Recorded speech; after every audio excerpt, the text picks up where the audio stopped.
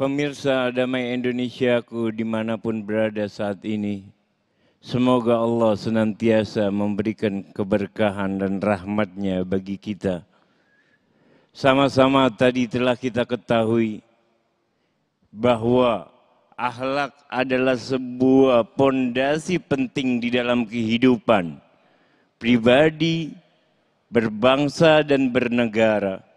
Tanpa akhlak, maka laksana pribadi seseorang akan hancur.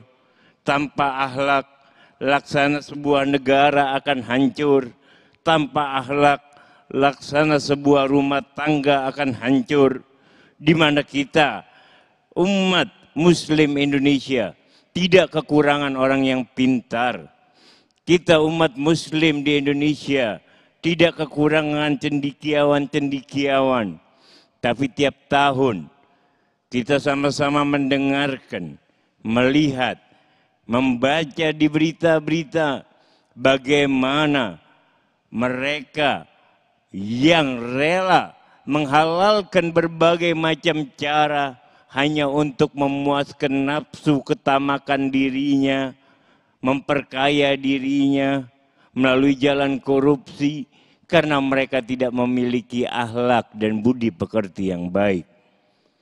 Bahkan negeri barat pun yang dengan slogan hak asasi manusianya, mereka berkata kebebasan di atas segala-galanya. Kebebasan tapi mengganggu hak privasi orang lain adalah penindasan tersendiri. Kebebasan merampas hak orang lain adalah kejahatan yang tersembunyi. Kebebasan tanpa melukai orang lain, itulah kebebasan yang hakiki. Oleh karena itu, masyarakat kita zaman ini krisis akan identitas diri, di mana para pemudanya, menurut teori Erikson, pakar psikologi mengatakan, identity versus identity confusion, di mana seseorang remaja kehilangan identitas dirinya karena mereka tidak memiliki panutan budi pekerti yang baik, akhlak yang baik, karena semenjak kecil yang ditanamkan adalah kebudayaan materialistik semata. Mereka menjauhkan diri daripada nilai-nilai spiritual, sehingga yang dituhankan hanyalah kebendaan serta kebendaan. Sehingga merasakan kebahagiaan adalah apabila memiliki sebuah harta yang banyak. Kebahagiaan apabila mampu menguasai orang lain. Kebahagiaan ketika mampu menjajah orang lain. Kebahagiaan ketika menjadikan dirinya sebagai monster bagi manusia lain.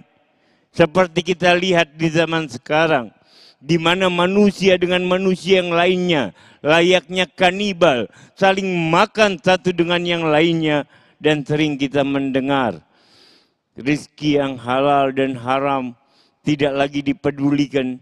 Yang penting mereka mendapatkan hal tersebut, baik dalam cara apapun mereka halalkan. Krisis identitas dialami oleh para remaja kita saat ini ketika mereka jauh daripada akhlak. Krisis penetrasi ketika mereka tidak lagi memiliki batasan aturan hukum yang jelas. Sebagai seorang manusia, mereka tidak mengetahui dengan baik, tidak mengerti dengan baik, tidak tahu mana batasan yang boleh dilakukan dan mana yang tidak boleh dilakukan. Padahal ajaran ini telah disampaikan oleh baginda Sayyidina Muhammad bin Abdullah sallallahu alaihi wasallam. Rasulullah melalui ajarannya di Mekah selama 13 tahun dan 10 tahun di Madinah telah mengajarkan kepada kita tentang makna kehidupan yang hakiki. Kemudian krisis tentang legalitas, di mana seseorang tidak lagi tahu mana yang menjadi aturan bagi dirinya, mana yang tidak menjadi aturan bagi dirinya, mana yang diperbolehkan dan mana yang tidak diperbolehkan. Krisis kontribusi di mana mereka sekarang, masyarakat sekarang cenderung lebih individualis, di mana di masyarakat perkotaan mungkin mereka tidak lagi mengenal siapa tetangganya, siapa saudaranya, saling mengunjungi hanya terjadi ketika Idul Fitri, tidak lagi terjadi pada hari-hari yang lain. Apakah ini yang diajarkan oleh Islam? Islam mengajarkan bahwa muslim yang satu dengan muslim yang lain memiliki hak, bahwa kita wajib menyambanginya ketika mereka sakit, kita wajib mengajarkannya ketika mereka membutuhkan pengajaran, kita wajib menolongnya ketika mereka membutuhkan pertolongan. Jangan menjadi manusia yang individualis, jangan menjadi manusia yang mementingkan kepentingan diri sendiri. Karena mereka yang soleh di mata Allah, soleh di mata manusia, soleh menurut kadar Al-Quran. Mereka yang soleh terhadap individu dan soleh secara sosial. Oleh karena itu, kejahatan yang paling parah dan termasuk dosa-dosa besar di dalam Islam, apabila itu kejahatan berkaitan dengan hubungan sesama manusia, seperti pembunuhan, perzinahan, perampokan, dan lain sebagainya.